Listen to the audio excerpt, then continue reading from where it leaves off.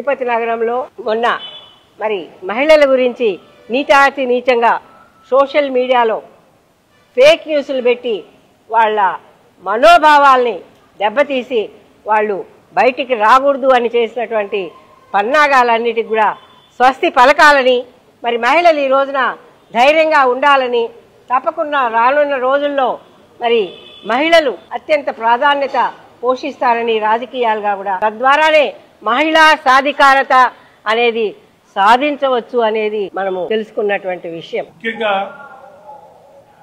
Madam గారు చెప్పినట్టు Telugu Desam party మహిళలను గౌరవించే పార్టీ, మహిళల్ని రాజకీయంగా డెవలప్ చేసేదానికి తెలుగుదేశం పార్టీ రామారావు గారు పెట్టిన పార్టీ.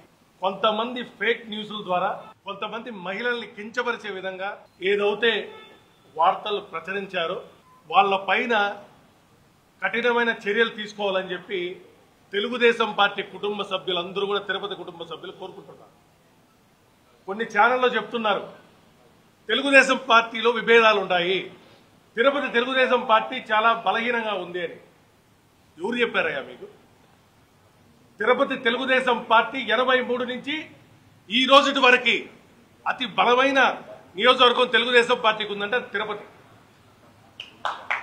ఆ రోజు కత్తుల శ్యామలమ్మ దగ్గర నుంచి ఈ రోజు సుగుణమ్మ వరకు అత్యధిక మెజార్టీతో గెలిచిన మహిళలు ఎవరైనా ఉన్నారంటే 1,00,000 ఓట్లు పైచులకు మెజార్టీతో గెలిచిన ఒక మహిళని తెలుగుదేశం పార్టీ ఇక్కడ బలహీనంగా ఉందంటారా?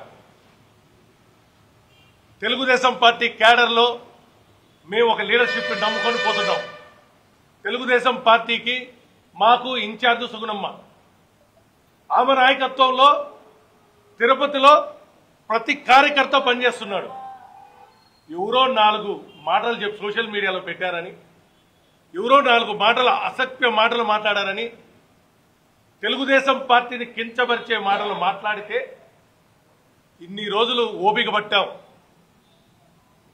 చాలా ఓపికగా ఆమె కూడా సర్ది చెప్పేది, మనం సర్దుకోవాలి, మనం ఇలాంటి సంస్కృతి మంది కాదు అని.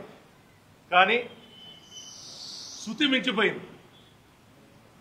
ఇంకా మీట డిసిప్లినరీ యాక్షన్ పార్టీకి చెప్పి తీసుకోవడం జరుగుతుంది.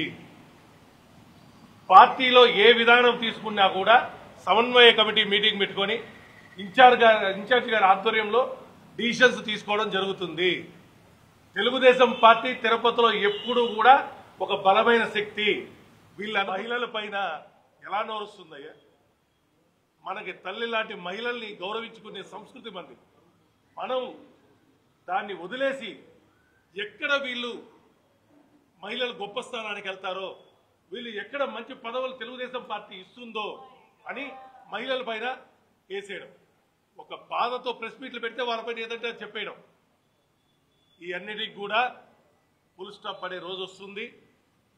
మేము చాలా క్లియర్గా ఉన్నాం. తిరుపతి తెలుగుదేశం పార్టీ ఒకటి. మేము అక్కడ చంద్రబాబు నాయుడు గారు, లోకేష్ అన్న సారథ్యంలో, పల్లా గారి సారథ్యంలో, తిరుపతిలో ఇన్ఛార్జ్ సుగుణమ్మ గారి సారథ్యంలో పార్టీ నడుస్తుంది. పార్టీ క్యాడర్ అంతా కూడా నడుస్తుంది. దీంట్లో ఎటువంటి మొహమాటం లేదు, ఎటువంటి అబ్జెక్షన్స్ లేవు.